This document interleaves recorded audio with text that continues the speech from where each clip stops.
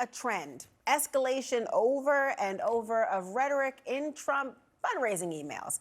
And if they started at DEFCON 3, they might very well be on DEFCON 5 right about now. On May 7th, Trump painting the stakes in life or death terms, saying they want me silenced forever. Now look at this from May 22nd. Biden's DOJ was authorized to shoot me. Also, this not so subtle hint that Trump wants you to believe that Democrats want him dead, saying, quote, they're just itching to do the unthinkable. Now, the day Donald Trump was convicted, his ghostwriters implored would-be donors to pray for America, calling himself a political prisoner. And then finally today, borrowing from Robespierre, haul out the guillotine. Joining me now to discuss is George Conway, a contributor for The Atlantic, and Jonah Goldberg, the editor-in-chief for The Dispatch. And shout out to my 7th grade teacher. I remember how to pronounce Robespierre. There you go. It's how it happens. Begin with you for a second, George, since you're not with us on set here. I want to know what you make of this hyperbolic language in these emails. It's amazing that it's continuing to get worse. I mean, we've seen inflammatory rhetoric from the Trump campaign and his fundraising emails and in other contexts in the past. But this idea of a guillotine, I mean, it does not seem to be any depth to which the Trump campaign will not sink in order to raise money. And what this is just, it is an attempt to inflame the public in order to raise money to defend the campaign of a convicted felon. The fact that Republican fundraisers think that this is actually effective, and it must be because they wouldn't be doing it if they weren't wouldn't be using this kind of language and weren't effective in raising money is really just something astonishing to behold. I mean, Jonah, it's not only making money. I mean, after the conviction alone, and I mean, even aside from the E. Jean Carroll case that he was referencing from just last year, $50+ million since the convictions alone. But then there's this reporting that some of the money that was being used, something that was actually being gained, that Trump shifted nearly $5 million from his campaign to private businesses. Mm-hmm. He hasn't really donated a lot of money to his own campaign. What does this tell you in terms of what his mindset is? I actually think the two stories are kind of related. George and I go way back. I'm not shocked by this, right? Mm-hmm. It's the logic of an addict, and they're feeding an addiction, which is eventually you get used to the dosage, you have to up the dose, and that's true of all sorts of addictions. The outrage machine that Trump raises money off of and uses as an ATM constantly needs the rhetoric to go to 11, 11.1, 11, just keep going higher, because otherwise people become inured to it. And so you have to say they tried to kill me. You have to say bring out the guillotine, all that kind of stuff. And it's not just that you keep your people running on hot, it's that you have to do the stuff to say something new and fresh to get attacked fresh. Because if you just said the old rhetoric, people wouldn't attack him, and he makes money, he monetizes the attacks on him as well. This is bait then, you think? Yeah, it's a tactic, and it's worked for them. I mean, and I find it, I'm as appalled by it as George is, but it works. On the money thing, look, almost 10 years ago now, I said the problem with Donald Trump is that character is destiny.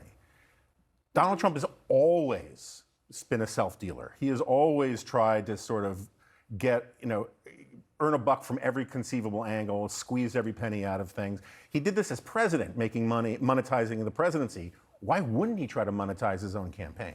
Well, George, I want to bring you into that point because not only the amount of money we're talking about, but part of the ratcheting up of the rhetoric and, of course, the commensurate increase in campaign funding that's coming from it, he's still able to have people like, Speaker Johnson suggest that this is a man, in spite of all this, believes in the transfer of power. Listen to this.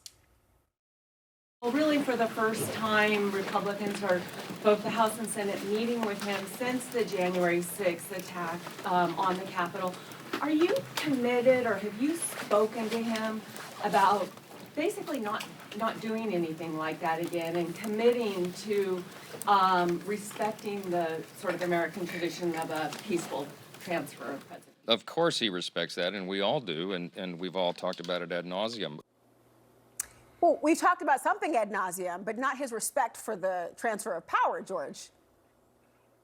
Yeah, I mean, I think Jonah's addiction metaphor, or actually it really is, there really probably is a dopamine aspect to it, is really apt even to this, because the Republican Party has become addicted to lies under Trump. And this is just an example. The pretense that Donald Trump cares about the Constitution, the pretense that he didn't try to overthrow the Constitution, the pretense that, as Donald Trump has been saying, the people who went up to Capitol Hill on January 6th and then were prosecuted are hostages.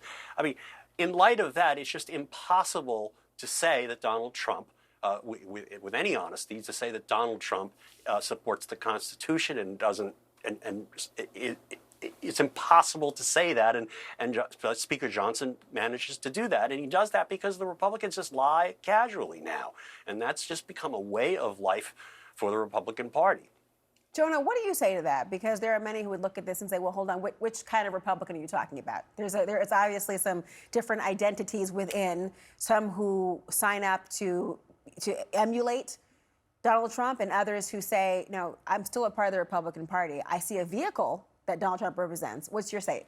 Yeah, I think it used to be that there was too few, but some vocal people. I mean, Mitt Romney, I still think, tells the truth about Donald Trump and all that kind of stuff, and you can find a few others. But the real distinction was between the people who would say things like Speaker Johnson said on camera, and those who wouldn't say them off camera. Like the number of Republicans, what I used to call closet normies, that they would say, you know, the TV cameras turn on and they'd say stuff like, under Comrade Trump, we will have the greatest wheat harvests we've ever seen in the Urals. And then the cameras go off and go, oh, this guy is such a pain in the ass. I can't stand him. The problem is that our brain, we are not wired to be permanently cynical and to lie all the time. And over time, we start to believe our own BS. And so now more and more and more people in the Republican Party, honestly, you know, 5 years ago, they would all say, yeah, I just got to say this because it's politics. And now the cameras go off and they still say it. And I think Speaker Johnson's more in that camp. But even if he's not, he has to say this stuff because he'd lose his speakership like that if he turned on Trump. Trump is the guy who gave him the speakership. I mean, that's interesting, the psychology of becoming the true believer, to your point, and maybe these different emails that are coming out. I wonder to what extent it is galvanizing people towards that or not. Jonah Goldberg, George Conway, both of you, thanks so much.